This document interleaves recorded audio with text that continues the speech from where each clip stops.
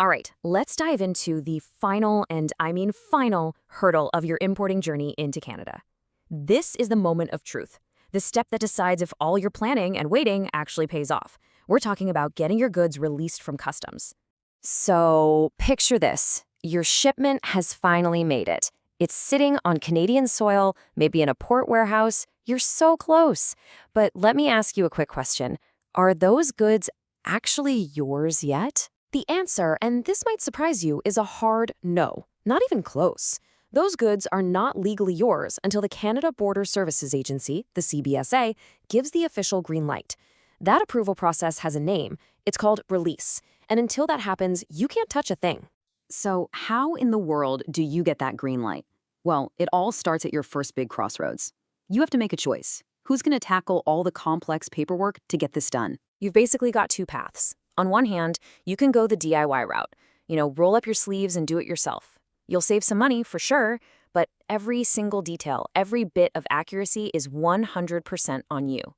On the other hand, you can hire a licensed customs broker. Yeah, it costs money, but you're paying for their expertise, their knowledge of the rules, and for them to help you dodge those really costly mistakes.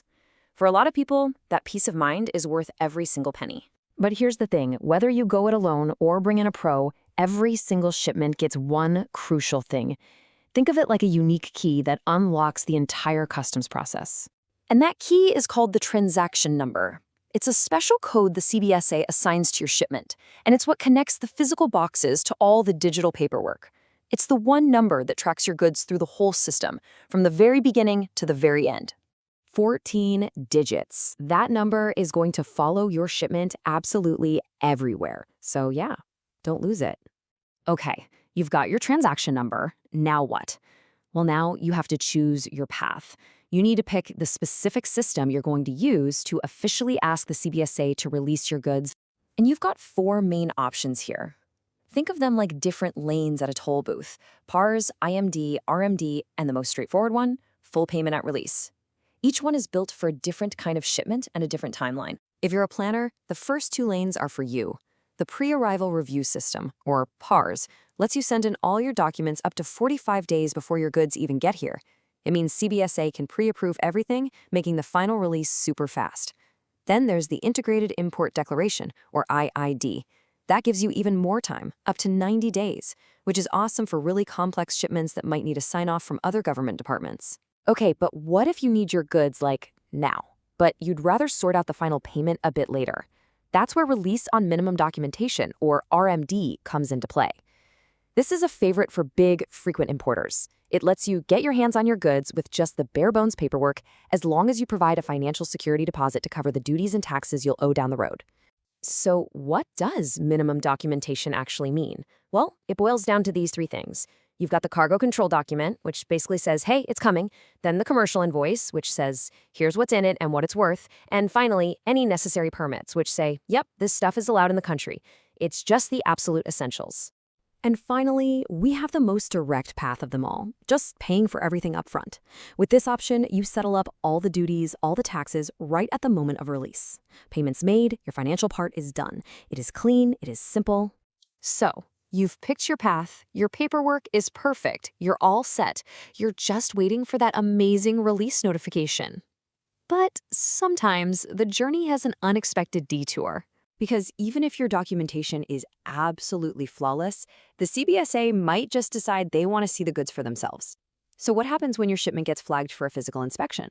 An inspection can happen for a bunch of reasons. Maybe some information was missing, or the description of your goods was a little too vague. You can't just write clothing, you have to be specific. Or maybe you're importing something that's considered high risk. But honestly, sometimes it's just completely random. It's just your turn. So what's the point of all this? The goal of an inspection is incredibly simple. It's to verify that what's physically inside your shipment is exactly what you said was in it on your paperwork. The descriptions, the quantities, the value, it all has to match perfectly. And if things, well, if they don't match, or if your paperwork had mistakes in it to begin with, that, my friends, is when you have to pay the toll for making an error. And these aren't just little warnings. The CBSA has a very formal system for handing out fines. It's called the Administrative Monetary Penalty System, or AMPS for short. It's their official way of making sure everyone follows the rules. And the most common penalty they issue by a long shot is called C005. This is the one you get when you provide information that's missing, wrong, or just incomplete. We're talking about something as simple as a typo or accidentally leaving out one little detail. That's enough to trigger it. And this is where things get really painful really fast. Check this out. A first offense costs you $150. Okay, but make that same kind of mistake a second time, the fine jumps to $225. A third time, it's now $450 for each shipment. You can see how these penalties could become a massive, massive problem for anyone importing regularly. Now, this might be the single most important thing to take away from this entire explainer. You can hire the best customs broker in the business, but the CBSA is crystal clear. The ultimate responsibility for accuracy always, always stays with you, the importer. If there's a mistake, that fine is coming to you, not your broker. And that brings us right back to the main lesson here. The one key to a smooth, fast, and penalty-free journey through customs is just one thing: accuracy.